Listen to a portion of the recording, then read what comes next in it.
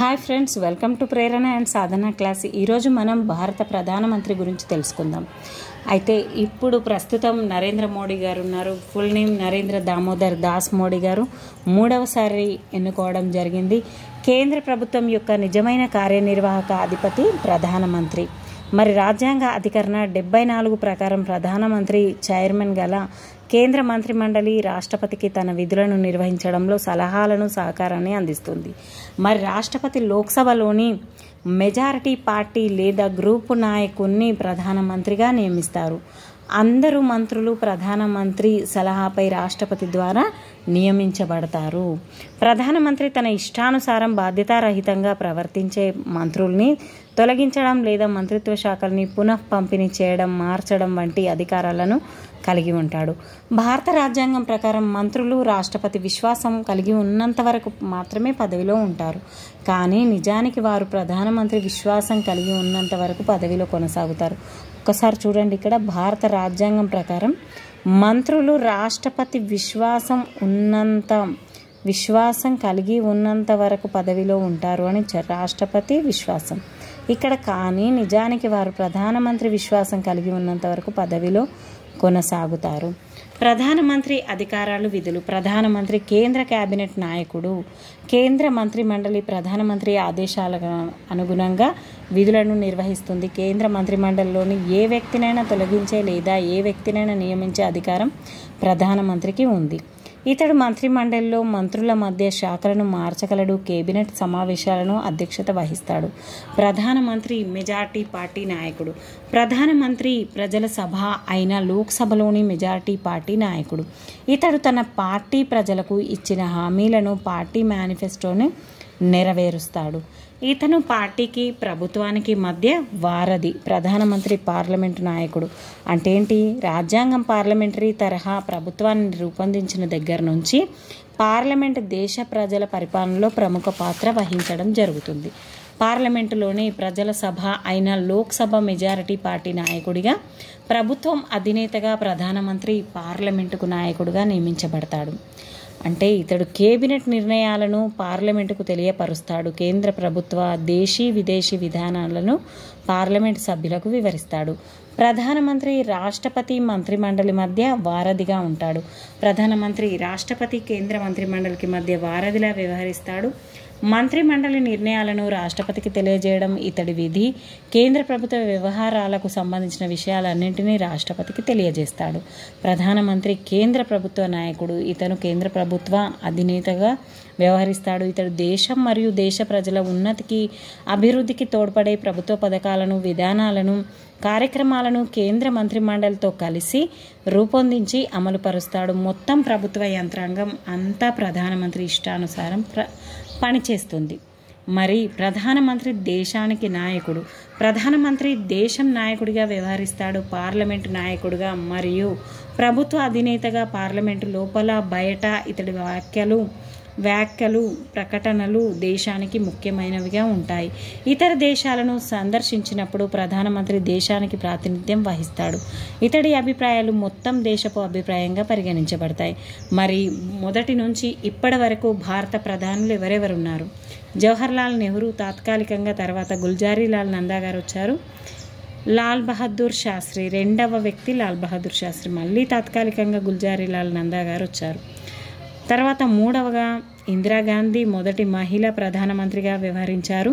ఇందిరాగాంధీ తర్వాత కాంగ్రెసేతర అంటే ఇప్పటివరకు కాంగ్రెస్ ప్రభుత్వం వాళ్ళు వచ్చారు. ఇక్కడ మొరార్జీ దేశాయ్ కాంగ్రెసేతరగా వచ్చాడు. తర్వాత చరణ్ సింగ్, తర్వాత మళ్ళీ 6 ఇందిరాగాంధీ గారు వచ్చారు.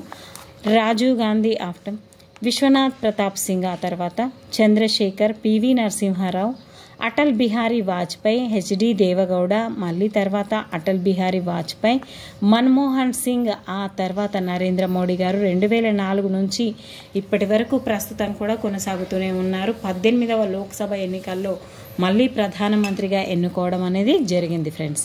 మరి కేంద్ర మంత్రి మండలి అధికరణ 74(1) ప్రకారం ప్రధానమంత్రి చైర్మన్గా గల కేంద్ర మంత్రి మండలి రాష్ట్రపతికి తన విధులను నిర్వహించడంలో సలహాలను సహకారాన్ని అందిస్తుంది.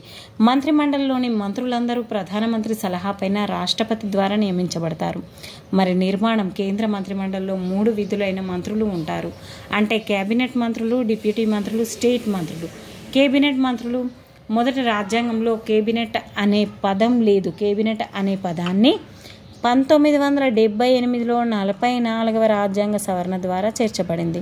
చాలా ఇంపార్టెంట్ ఫ్రెండ్స్, 1978లో 44వ రాజ్యాంగ సవరణ. దీన్ని చూస్తే మనకు ఆస్తి హక్కు కూడా ఇవ్వడం జరిగింది. ఆస్తి హక్కును కూడా ఇదే విధంగా మనం తీసుకోవడం జరిగింది, తొలగించడం జరిగింది. నెక్స్ట్,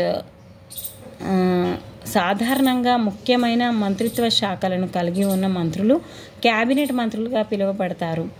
విధానాలు రూపొందించడంలో కేబినెట్ మంత్రులు ప్రధానమంత్రికి సహకరిస్తారు. కేబినెట్ ప్రభుత్వ విధాన రూపకల్పనలో ముఖ్యమైన భాగం. ప్రధానమంత్రి స్వయంగా నియమించిన వారు కేబినెట్ మంత్రులుగా ఉంటారు. స్టేట్ మంత్రులు చిన్న మంత్రిత్వ శాఖలకు స్వతంత్రంగా నిర్వహిస్తారు. డిప్యూటీ మంత్రులు ఎలాంటి స్వతంత్ర మంత్రిత్వ శాఖలను కలిగి ఉండరు. వీరు కేబినెట్ మంత్రులకు సహకరిస్తారు. కేబినెట్ మంత్రుల ఆధ్వర్యంలో ఆయా మంత్రిత్వ శాఖల రోజువారీ పనులను నిర్వహిస్తారు డిప్యూటీ మంత్రులు.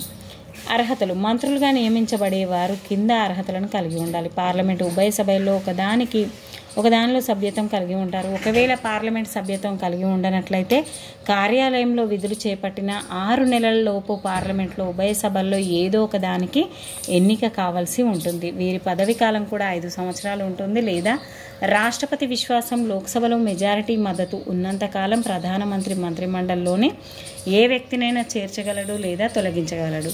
కాబట్టి నిజానికి ప్రధానమంత్రి అభిష్టం మేరకు మంత్రిమండలిలో ఒక మంత్రి పదవి కాలాన్ని నిర్ణయిస్తుంది.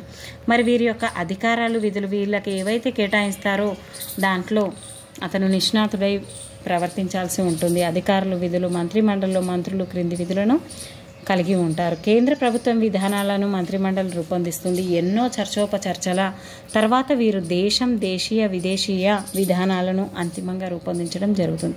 ఈ విధంగా వీరికి సమిష్టి బాధ్యత అనేది ఉంటుంది. అధికరణ 75(3) ప్రకారం మంత్రిమండలి ప్రజల సభ అయిన లోక్సభకు సమిష్టి బాధ్యత వహిస్తుంది. సమిష్టి బాధ్యతగా 75(3) ప్రకారం ప్రతి మంత్రి తన మంత్రిత్వ శాఖకు సంబంధించిన నిర్ణయాలకు బాధ్యుడు. అంతేకాకుండా అతడు తన తోటి మంత్రులు నిర్వహించే మంత్రిత్వ శాఖలకు సంబంధించిన నిర్ణయాలకు కూడా బాధ్యత వహించవలసి ఉంటుంది. ఈ విధంగా మంత్రిమండలి యొక్క ఉన్నాయి ఫ్రెండ్స్. ఓకే ఫ్రెండ్స్, మరి భారత పార్లమెంట్ అంటే ఏంటంటే భారత రాష్ట్రపతి, రాష్ట్రాల సభ అయిన రాజ్యసభ మరియు లోక్సభ, ఈ మూడింటిని కలిసి మనం పార్లమెంట్ అనడం జరిగింది.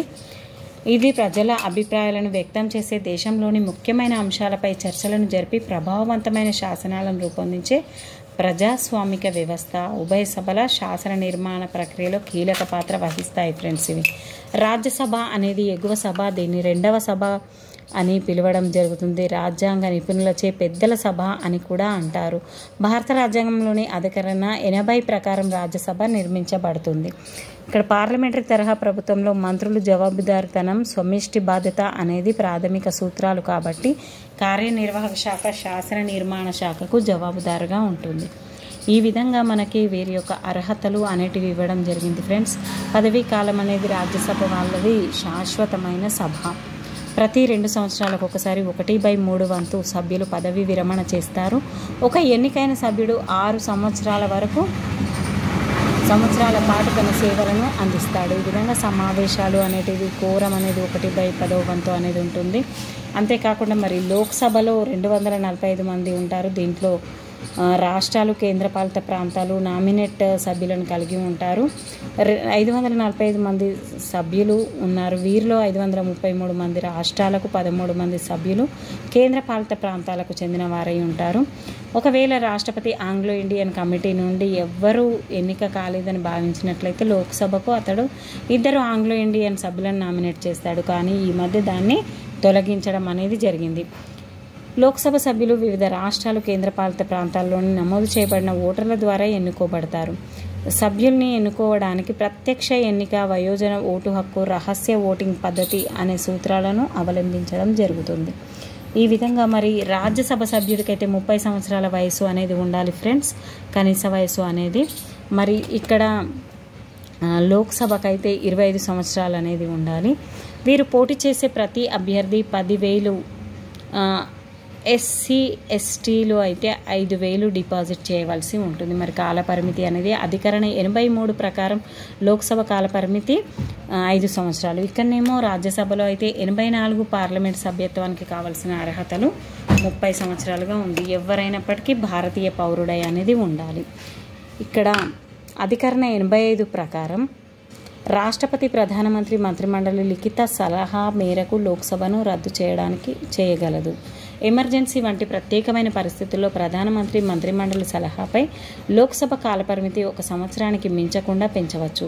ఈ విధంగా సమావేశాలను ఏర్పడతారు ఫ్రెండ్స్. 1/3 వంతు కోరంగా నిర్ణయించడం జరుగుతుంది. స్పీకర్ సమావేశానికి కావాల్సిన కోరం ఆ రోజు ఉందో లేదో నిర్ణయించడం అనేది జరుగుతుంది. ఈ విధంగా స్పీకర్ యొక్క అర్హతలు ఏంటి? మరి ప్రస్తుత లోక్సభ స్పీకర్గా ఓం బిర్లా గారిని ఎన్నుకోవడం జరిగింది. రాజ్యాంగ అధికరణ 93 ప్రకారం ప్రతి సాధారణ ఎన్నికల తర్వాత లోక్సభ సభ్యులు తమ నుండి స్పీకర్ను, డిప్యూటీ స్పీకర్ను పూర్తి సమయం కోసం ఎన్నుకోవాల్సి ఉంటుంది. మరి ఇక్కడ భారతదేశం తెలంగాణలోని శాసన నిర్మాణ శాఖ లోక్సభ అధికరణ 81, నిర్మాణం 545, ఎన్నికైన వారు 543, నామినేట్ అయిన వారు 2, కాలం 5 సంవత్సరాలు. మొదటి స్పీకర్ జీవి మౌలంకర్, ప్రస్తుతం ఓం బిర్లా గారు.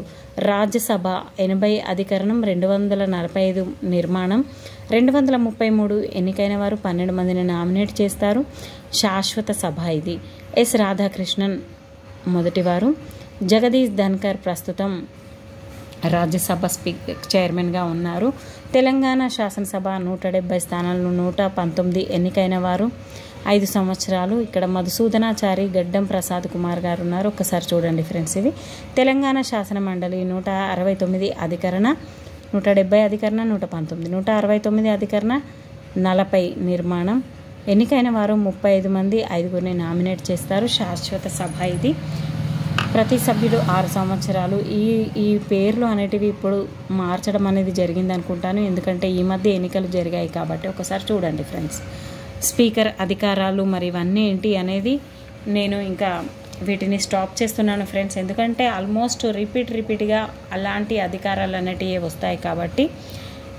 మరి మిగతా క్లాస్కి ముందుకు వెళ్దాం ఫ్రెండ్స్. రాష్ట్రపతులు ఎంతమంది ఉన్నారు, ఇప్పటివరకు ఎంతమంది ఎన్నుకోవడం జరిగింది. ద్రవ్య బిల్లు అనేది మాత్రం ఖచ్చితంగా లోక్సభలో మొదట ప్రవేశపెట్టడం జరుగుతుంది. ద్రవ్య బిల్లు విషయంలో పార్లమెంటు ఉభయ సభల సంయుక్త సమావేశం జరగదు.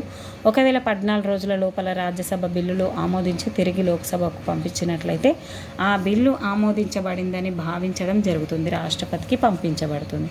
ద్రవ్య బిల్లులు ప్రభుత్వపు ఆర్థిక లావాదేవీలకు సంబంధించిన ఈ బిల్లులను పార్లమెంట్లో ప్రవేశపెట్టడానికి రాష్ట్రపతి ముందస్తు అనుమతి అవసరం. ఒక ద్రవ్య బిల్లుని రాష్ట్రపతి వద్దకు పంపే ముందు అది ద్రవ్య బిల్లు అని స్పీకర్ ధృవీకరించాల్సి ఉంటుంది. ఈ బిల్లులు కేవలం లోక్సభలోనే ప్రవేశపెడతారు. చాలా ఇంపార్టెంట్ ఫ్రెండ్స్, ఏ బిల్లులను ప్రవేశపెడతారని. నేను ఎక్కువ మటుకు ఇంపార్టెంట్ మాత్రమే మీకు చెప్తున్నాను ఫ్రెండ్స్, ఎందుకంటే టైం వేస్ట్ చేయడం నాకు ఇష్టం లేదు. అయితే ఇక్కడ మనకు భారత రాష్ట్రాలు, రాజధానులు, హైకోర్టులు, శాసనసభ స్థానాలు, విధానసభ స్థానాల జాబితా అనేది ఉంది. ఇందులో ముఖ్యమైనవి ఆంధ్రప్రదేశ్ అమరావతి, హైకోర్టు కూడా అమరావతి. విధానసభ స్థానాలు 175 ఉన్నాయి ఫ్రెండ్స్. అరుణాచల్ ప్రదేశ్ ఈటానగర్, గౌహతి, దీంట్లో విధానసభ స్థానాలు 60. మరి బీహార్ పాట్నా 243 విధానసభ స్థానాలు, విధానమండలి స్థానాలు 75. ఈ విధంగా మరి తెలంగాణ హైదరాబాద్ 119 స్థానాలు, 40 విధాన మండలి స్థానాలు అనేటివి ఉన్నాయి. మరి తక్కువగా ఉన్నది ఇది ఉత్తరాఖండ్ 70 ఉన్నాయి. ఇంకా చూద్దాం.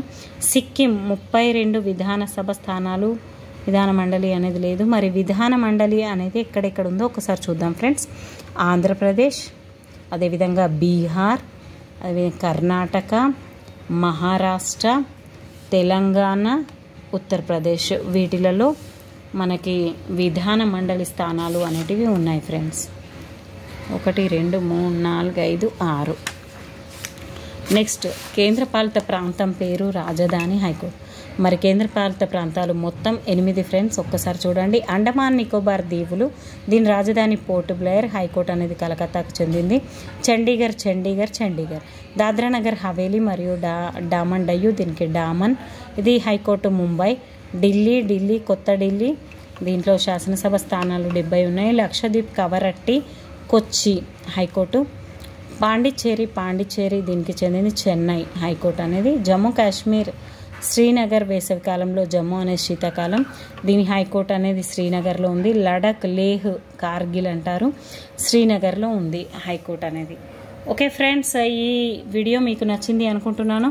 ఖచ్చితంగా మీరు నాకు తెలియజేస్తారు అనుకుంటున్నాను. లాస్ట్గా బాలలపై లైంగిక వేధింపుల నిరోధక చట్టం అనేది పోక్సో యాక్ట్ 2012లో ఇది రావడం జరిగింది. భారత ప్రభుత్వం పిల్లల ఆసక్తులను, భద్రతను పరిరక్షించడానికి ఈ చట్టం చేసింది. ఈ చట్టం పిల్లల లైంగిక వేధింపులకు నిరోధిస్తుంది. కావున పిల్లలకు ఇలాంటి సమస్యలు ఎదురైనప్పుడు తక్షణమే తల్లిదండ్రులకు తెలియజేయాలి. తల్లిదండ్రులు, పోషకులు, పోలీసులకు, స్పెషల్ జువెనైల్ పోలీస్ యూనిట్ లేదా 1098 1098కి కాల్ చేయాలి. ప్రత్యేక బాల నేరస్తుల పోలీసు విభాగం ప్రతి జిల్లాలో ఉంటుంది. ప్రత్యేక కోర్టులు ఈ సమస్య పరిష్కారానికి నియామకమైన న్యాయమూర్తులు బాధిత బాలల వాంగ్మూలానికి అధిక ప్రాధాన్యత ఇస్తారు. పోక్సో అనేది 2012లో రావడం జరిగింది. Thank you friends. ఈ వీడియో మీకు నచ్చింది అనుకుంటున్నాను. ఖచ్చితంగా లైక్ చేస్తూ, షేర్ చేస్తూ, కామెంట్స్ రూపంలో నాకు తెలియజేయగలరు క్లాసెస్ ఎలా ఉన్నాయని. Thank you friends. Keep smiling.